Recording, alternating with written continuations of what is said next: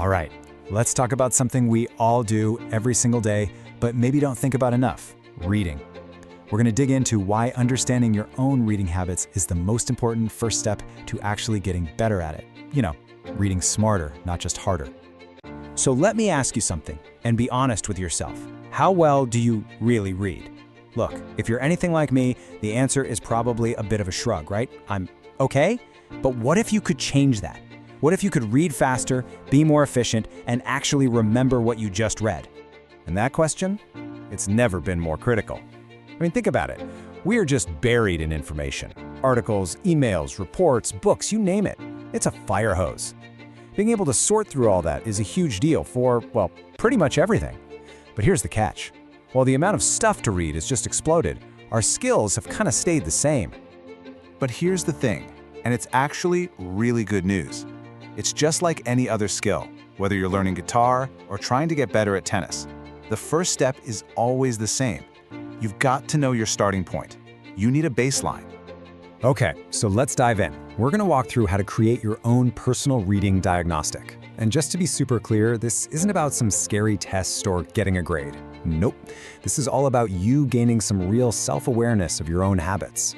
So what even is a reading diagnostic?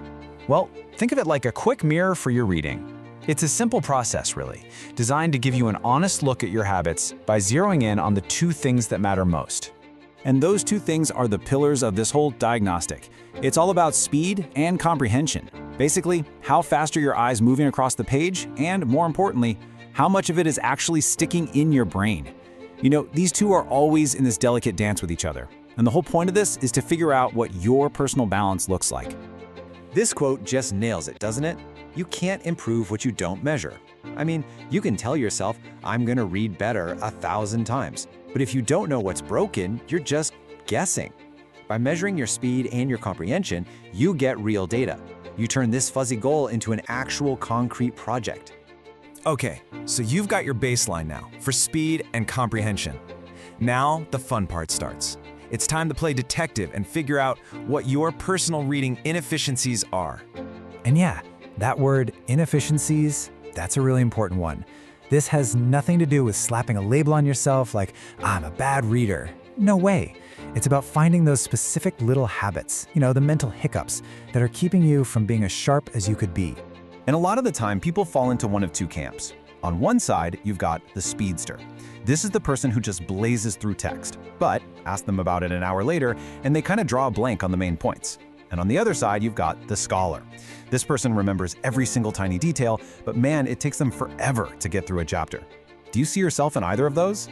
Come on, be honest. Most of us lean one way or the other. To help you figure it out, just think about these questions for a second. Like, do you constantly have to go back and reread the same sentence over and over? That's probably a sign of a comprehension issue. Or how about this? Can you put the book down and actually summarize the last chapter you read? If you can't, that points to a retention problem. Getting real with yourself about these little things is how you get past the labels and see what's really going on. Okay, so you've done the diagnosis, you've looked in the mirror, now what? That's the big question, right? How do you actually turn this into a plan? First things first, and this is maybe the most important part, you have to change how you think about this. This diagnosis is not your final grade. It's not a judgment. It's just the starting line. It's that little "you are here" pin on the map of your own improvement. And that's where the real power of this whole thing lies, in the clarity it gives you. So instead of just vaguely saying, I need to get better at reading, you now have a real target. If you realize you're the speedster, great. Now you can focus specifically on techniques for attention. If you're the scholar, you can work on drills to pick up the pace without losing all that great comprehension you have. And the secret here is to keep it simple. You're not trying to fix a dozen things all at once. That never works. What the diagnostic does is help you spot the one thing, the single biggest bottleneck that's holding you back. That's where you start. Just one thing at a time. So at the end of the day, this is what it all boils down to.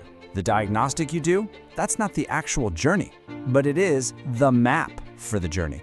It tells you where to go, it gives you a reason for going there, and it helps you see how far you've come. It makes sure that the effort you put in actually, pays off. And there you have it. You've basically just completed your own diagnostic. You've thought about your speed, your comprehension, your unique little habits. So now there's really only one question left, and it's the one that matters most. What's your first step going to be?